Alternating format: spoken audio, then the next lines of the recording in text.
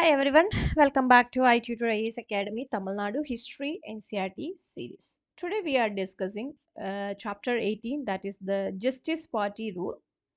So why Justice Party rule is important here? And this rule in the Madras presidency, that is around 1920 to 37, okay, was critical for pioneering social justice, introducing the first caste-based reservation policies and breaking Brahmin dominance in education and administration. Okay, so it established foundational reform for non-Brahmin and marginalized communities, directly laying the groundwork for the modern Dravidian movement. Okay, so that is a base importance of Justice Party rule. First of all, social justice and representation. The party challenged entrenched caste hierarchies, ensuring fairer representation for non-Brahmin communities in government jobs and educational institutions. And communal government orders. They passed landmark orders, enforced reservation, which ensures equitable distribution of administrative position across various communities, and educational reform.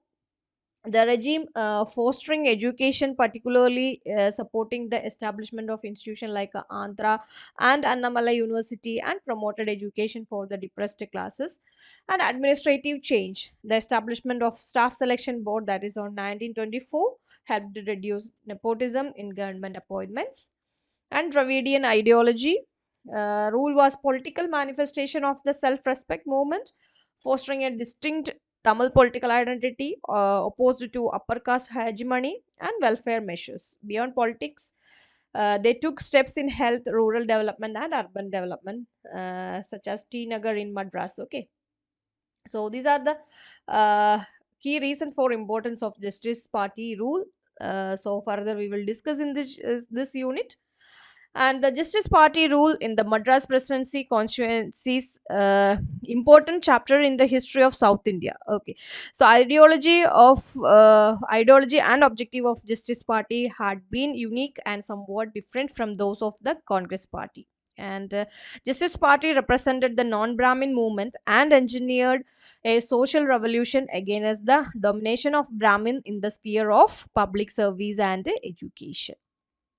And birth of Justice Party. So what is the history of Justice Party? Various factors had contributed to the formation of the Justice Party, which represented the non-Brahmin movement, and the social dominance of the Brahmin was the main cause for the emergence of the non-Brahmin movement. Their higher proportion in the civil service, educational institutions, and also their predominance in the Madras Legislative Council caused a great worry among the non-Brahmins. And the Brahmins had also monopolized the press.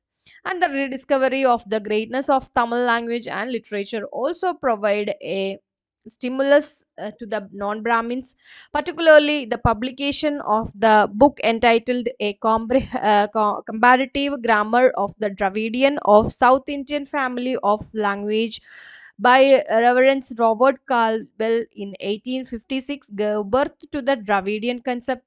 Later, the ancient Tamil literature had been rediscovered and printed by various Tamil scholars, including Arumuga Navalar and C.V. Damodaram Pillai and U.V. Swaminatha Iyer, V. Kanaga Sabhai Pillai in his famous historical work. And the Tamil 1800 years ago pointed out that Tamils had attained a high degree of civilization before the advent of the Aryans. And this led to the growth of Dravidian feelings among the non-Brahmins, and these factors collectively contributed to the birth of the non-Brahmin movement and Justice Party. And the precursor of the Justice Party was the Madras United League, which was renamed as the Madras Dravidian Association in November 1912. Dr. C. Natasha Mudaliar played a significant role in the nurturing this organization, and in 1916, the South Indian Liberal Federation was formed for the purpose of promoting the political interest of non-Brahmin caste Hindus. And the leaders who stood behind the formation of this organization were P.T. Tigaraya Chetty and Dr. T.M. Nair and P. Rama Raningar, and that is Raja Panagal, and Dr. C. Natasha Mudaliar. and take care of the spelling. It's a Tamil name. Okay, the South Indian Liberal Federation published an English newspaper called Justice, and hence this organization came to be called as Justice Party. So that is the birth of the Justice Party. The other newspaper which supported the Justice Party was Dravidian, that is in Tamil. Beside the Justice Party organized a series of public meeting, conferences, lectures to popularize non Brahmin movement. Similarly, the Justice Party formed district association and non Brahmin youth league. Okay, so next is Justice Party rule. The Justice Party came to power following election of 1920 held according to the Montagu-Chelmsford reform, and the Justice Party captured 63 out of 98 elected seats in Madras Legislative Council. Okay, so that is 63 out of 98. Okay, and Haspiti Tigraya Chetty declined to lead the ministry, and A. Subarayalu Reddyar formed the ministry, and in the election of 1923, it fought against the Swaraj Party. The Justice Party again won the majority, and the ministry was formed by Raja of Panagal. And in the election of 1926, a divided Justice Party faced the opposition of a united Congress. Therefore, an independent Subbarayan, with the help of the Swarajya Party, formed the ministry. And in 1930, when the next election was held, the Justice Party won the majority and formed a ministry with the B. Muniswamy Naidu as the leader. And in 1932, Raja of Bombili, okay, replaced him as a prime minister of the presidency. In 1934, Raja of Bombili formed his second ministry, which continued in power until the election of 1937. These are the places in Madras, Tamil Nadu that time. Okay, and achievements of the Justice Party. What are the achievements? The Justice Party remained in power for a period of 13 years. Its administration was noted for social justice and social reform. Justice rule gave adequate representation to non-Brahmin communities in the public service. It improved the status of depressed classes through education reform. Justice Party introduced following reforms in the field of education, and free and compulsory education was introduced for the first time in Madras. Nearly 3,000 fishers boys and fisher girls were offered free special instruction by the Department of Fisheries, and the midday meal was given at the selected corporation schools in Madras.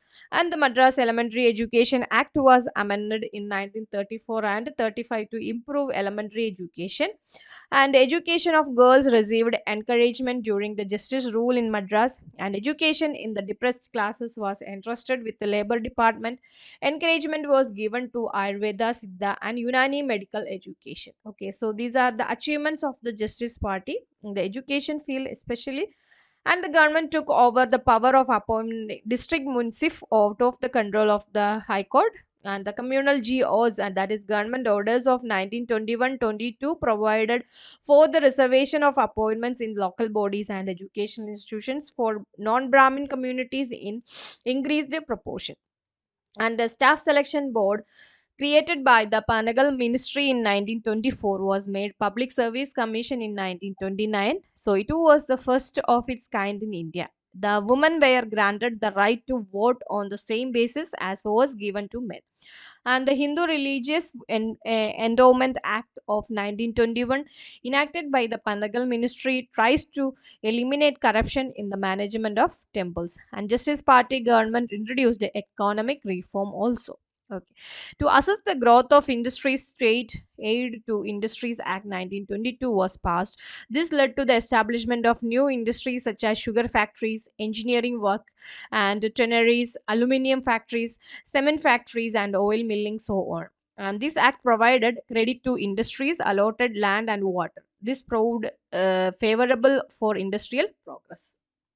And similarly, Justice Party government introduced a scheme for rural development to help agrarian population, public health scheme to prevent disease, To improve village economy, village road scheme was introduced, and in the city of Madras, the Town Improvement Committee of the Madras Corporation introduced slum clearance and housing schemes. And as a social welfare measures, the Justice Party government gave waste lands in village to depressed classes, and the Devadasi system, a disgrace to women, was abolished. The Justice Administration reorganized the working of the University of Madras.